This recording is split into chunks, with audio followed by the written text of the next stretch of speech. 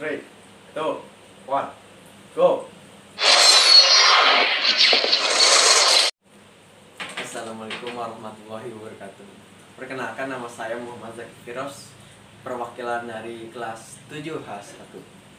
Pada kesempatan kali ini kita akan membuat video untuk memenuhi tugas PABP bab 5 mengenai selamat datang wahai nabiku, kasih Allah Subhanahu wa Ta'ala.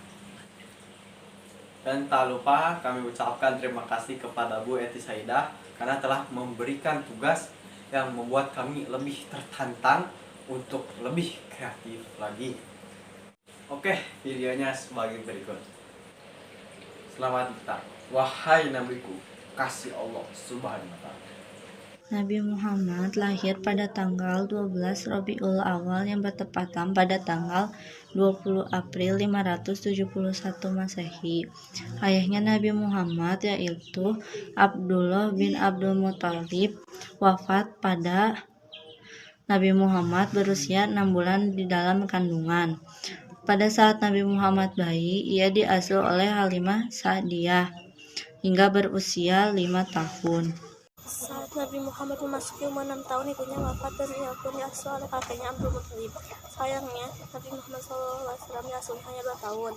Kakeknya meninggal saat Nabi Muhammad SAW usia 8 tahun. Setelah itu, Nabi Muhammad SAW diasuh oleh pamannya Abu Thalib sampai menginjak remaja. Saat sudah menginjak usia remaja, Nabi diperkenalkan cara menjalani hidup oleh pamannya. Ia mulai menjadi pengembala ternak milik orang yang ada di gurun Mekah pada usia 10 tahun. Pada saat di Gurun Basir, Nabi Muhammad menghayati artinya kehidupan, kesulitan hidup, kesendirian, dan tanggung jawab membuatnya dia lebih matang daripada usianya. Pada usia 12 tahun, pamannya mengajarkan ilmu perniagaan. Hampir 3 tahun, Nabi Muhammad SAW membantu pamannya membawa barang dari majikannya yang bernama Siti Khadijah. Ketika mereka sampai di kota Basra di Syria Besar, datang seorang pendeta yang terkenal pada masa itu bernama Buhairoh. Dia mengatakan kepada Abu Thalib, "Aku mengenali anak muda ini. Dia kelak akan menjadi rahmat bagi semesta alam. Itu telah tertulis jelas pada kitab-kitab kami." Buhairoh juga menyarankan kepada Abu Thalib untuk melindunginya dari orang-orang Yahudi dan membawanya kembali ke Mekah. Dan Abu Thalib menuruti saran pendeta tersebut. Seorang pendeta terkenal di masa itu, Buhairoh, menghampiri Abu Thalib dan mengatakan, "Aku mengenali anak muda ini sebagai sosok yang kelak akan dinobatkan sebagai rahmat semesta alam. Hal tertulis dalam kitab-kitab kami." Buhairoh selanjutnya menyatakan kepada Abu Thalib, "Lindungi anak muda ini dari orang-orang Yahudi, lebih baik bawa ia ke Mekah." Jadi keberhasilan usaha Nabi Muhammad SAW itu disebabkan oleh pribadi mulia berikut ini. 1. Berpendirian teguh. 2. Memiliki semangat kerja yang tinggi. 3. Memiliki kejujuran yang luar biasa. 4. Menjunjungi tinggi amanah atau kepercayaan yang diberikan orang lain. Mampu menghadapi segala cobaan dari rintang dalam perjalanan. 6. Menyamakan pelayan terhadap para pembeli. 7. Memiliki sifat percaya diri, menampilkan keramahan dan kesopanan serta kasih sayang kepada siapa saja. Kejujuran, perilaku santun, kesopanan berbicara, kerja keras, dan kecerdasan Nabi Muhammad merebut hati setiap orang, termasuk Siti Khadijah. Pertama-tama, ia meminta Nabi Muhammad untuk memasarkan barang dagangannya ke Syria. Hasilnya luar biasa. Itulah yang membuat Siti Khadijah tertarik dan akhirnya menikah dengan Nabi Muhammad. Mereka dikaruniai 7 orang anak, yaitu Ibrahim, Qasim, Abdullah, Zainab, Ruqayyah, Umi Kulsum, dan Fatimah. Nabi Muhammad SAW pernah merasakan atas perilaku yang dialami oleh masyarakat Arab sudah jauh dari nilai-nilai kebenaran. Kemudian Nabi Muhammad SAW melakukan uzlah atau mengasingkan diri di Gua Hira. Hal ini dilakukan oleh beliau berkali-kali. Maka tepat pada tanggal 17 Ramadan ke-40 dari kelahiran Nabi Muhammad, Jibril dan menerima wahyu pertama. Saya akan membawakan surah Al-Alaq ayat 1-5. A'udzu billahi minasyaitonir rajim.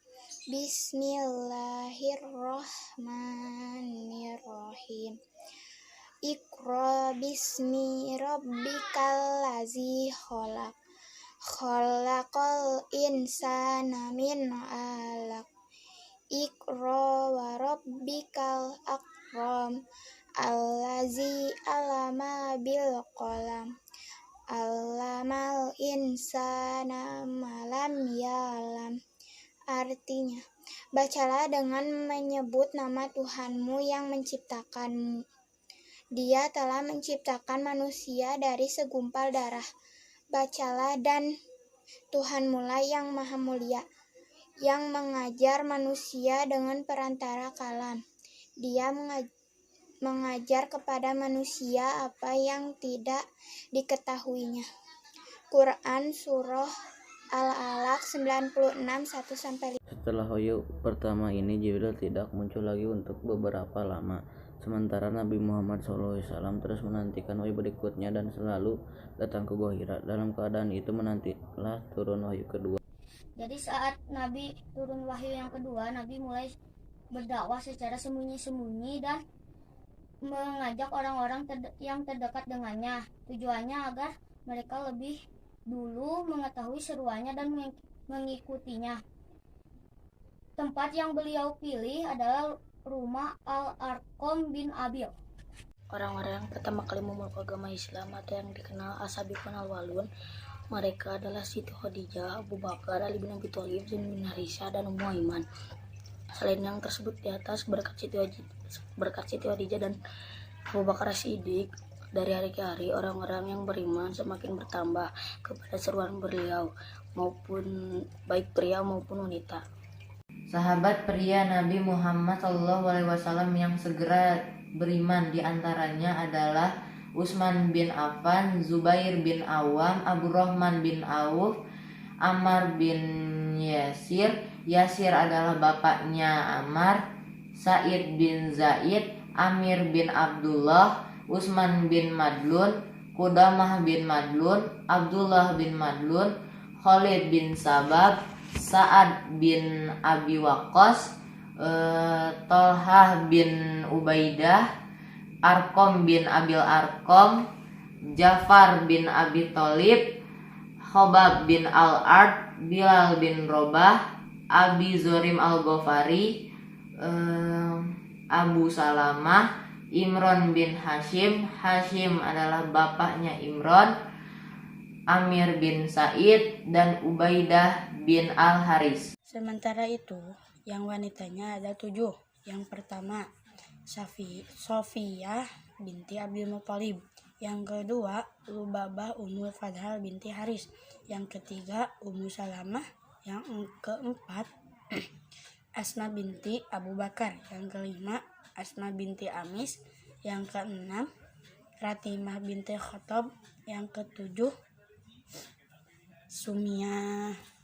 Fasda bima tu'maru wa a'rij anil musyrikin. Inna kafaina kal mustahjirin. Artinya, maka sampaikanlah olehmu secara terang-terangan segala apa yang diperintahkan kepadamu, dan berpalinglah dari orang-orang yang musyrik. Sesungguhnya kami memelihara daripada kejahatan orang-orang yang memperolok-olokkan kamu. Kalian tahu tidak surat yang menimpa lagi tentang Nabi Muhammad SAW? Kalau tidak, dengarkan ini. Wa anzir asiratakal akrobik wahfiz zanahaka minal limanat tiba'aka minal mu'minin. Artinya, dan berilah peringatan kepada kebaratmu yang terdekat, dan mudahkanlah darimu terhadap orang-orang yang mengikutimu, yaitu orang-orang yang beriman. Quran Surat Al-Asyura, Surat 26, ayat 214-215. Setelah Rasulullah menerima wahyu tersebut, beliau mulai berdakwah secara terang-terangan. Pertama, Nabi mengumpulkan seluruh sanak keluarganya di kaki Gunung Safa untuk mengajak mereka beriman kepada Allah Subhanahu wa taala. Akan tetapi salah seorang pamannya, Abu Lahab, bersikap sinis dan tidak mau menerima dakwah Rasulullah sallallahu alaihi wasallam. Menurut bahasa saya, bersifat sinis adalah bersifat mengejek atau memandang rendah orang lain. Jangan pernah menghina orang lain, sebab hidup ini ibarat roda berputar. Suatu saat orang yang kau hina, hidupnya bisa lebih terhormat daripada dirimu. Dalam Islam, Allah Subhanahu wa taala melarang seorang muslim untuk mencela, menghina atau mengejek seseorang. Serius ataupun bercanda, mengejek atau mencela orang lain bukanlah hal yang dibenarkan. Allah Subhanahu wa taala berfirman dalam surat Al-Hujurat ayat 11 yang artinya, padahal Islam melarang kita untuk menyakiti orang lain. Sekian video dari kami. Mohon maaf bila ada salah. Semoga bermanfaat. Ada satu, ada dua. Udah dua, pastilah tiga. Nabi Muhammad panutan kita untuk jalan menuju surga. Terima kasih. Wassalamualaikum warahmatullahi wabarakatuh.